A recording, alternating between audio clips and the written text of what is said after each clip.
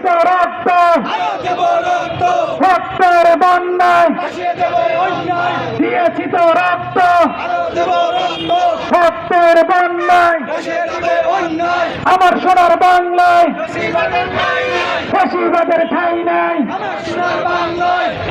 সংগ্রামী সহযোদ্ধা ভাইরাম, আপনারা জানেন ফ্যাসিবাদ মুক্ত আমরা গত বছর 2024 সালে 5ই আগস্ট শেখ হাসিনা স্বৈরাচার পতনের মাধ্যমে আমরা দেশকে স্বৈরাচার মুক্ত করেছি, ঠিক না বেঠে?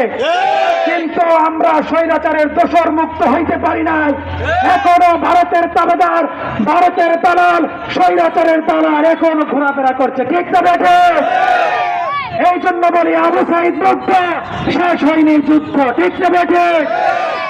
আমরা চাই আমাদের যুদ্ধ, আমাদের এই সংগ্রাম, আমাদের যুদ্ধ শেষ হবে না যতদিন পর্যন্ত আমরা এই দাবেদার, আমরা এই বিদেশের শক্তি যতক্ষণ পর্যন্ত বিলুপ্ত করতে না পারবো ততদিন পর্যন্ত আমাদের এই যুদ্ধ চলমান থাকবে, ঠিক না বেঠে?